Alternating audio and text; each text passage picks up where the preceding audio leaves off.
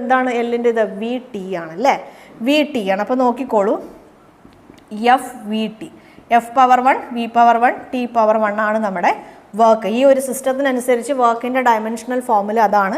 Charge പിന്നെ നമുക്കറിയാം Q ആണല്ലേ, ചാർജ് എന്ന് പറയുന്നത് ക്യൂ ആണ്. സോ ഇവർ മുകളിലേക്ക് വരുമ്പം F power 1 V power 1 T power 1 Q power -1. Clear ആയോ? ഇതാണ് എന്ത്, ഇതാണ് നമ്മുടെ വോൾട്ടേജ് എന്ന് പറയുന്ന ആളുടെ എന്താ പറയുക ഡയമെൻഷണൽ ഫോർമുല. ക്ലിയർ ആയല്ലോ?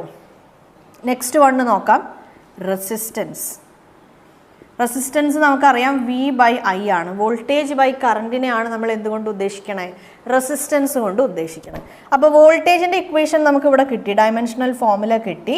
സോ അത് നമ്മൾ അപ്ലൈ ചെയ്യുന്നു, ക്യൂ പവർ -1.